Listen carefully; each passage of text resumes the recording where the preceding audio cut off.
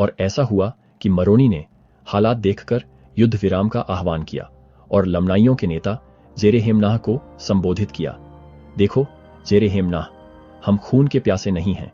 तुम जानते हो कि तुम हमारे कब्जे में हो, फिर भी हम तुम्हें मारना नहीं चाहते। देखो, हम तुमसे युद्ध करने नहीं आए हैं कि हम सत्ता के लिए तुम्हारा खून बहाए, न ही हम किसी को गुलामी के जुए में लाना चाहते हैं।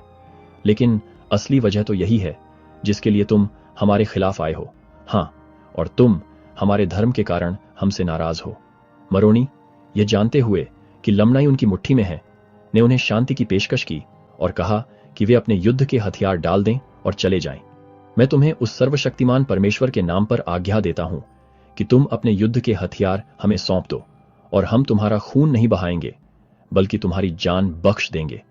लेकिन अगर तुम ऐसा नहीं करते तो देखो, तुम हमारे हाथ में हो और मैं अपने आदमियों को आज्ञा दूंगा कि वे तुम पर टूट पड़ें और तुम्हारे शरीरों पर मौत के घाव करें।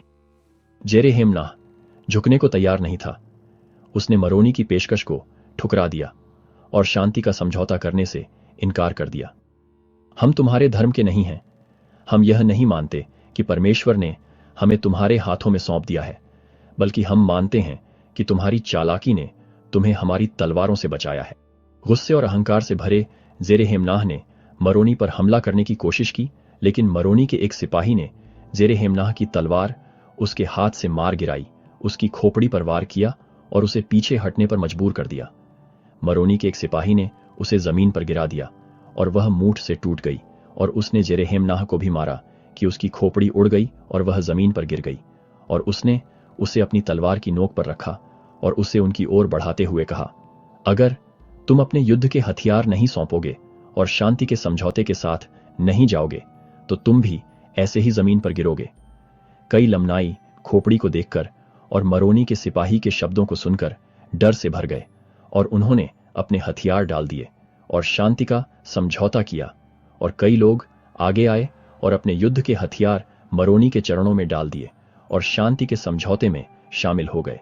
जेरेहेमनाह गुस्से से भर गया। उसने अपने सिपाहियों को लड़ाई जारी रखने के लिए उकसाया।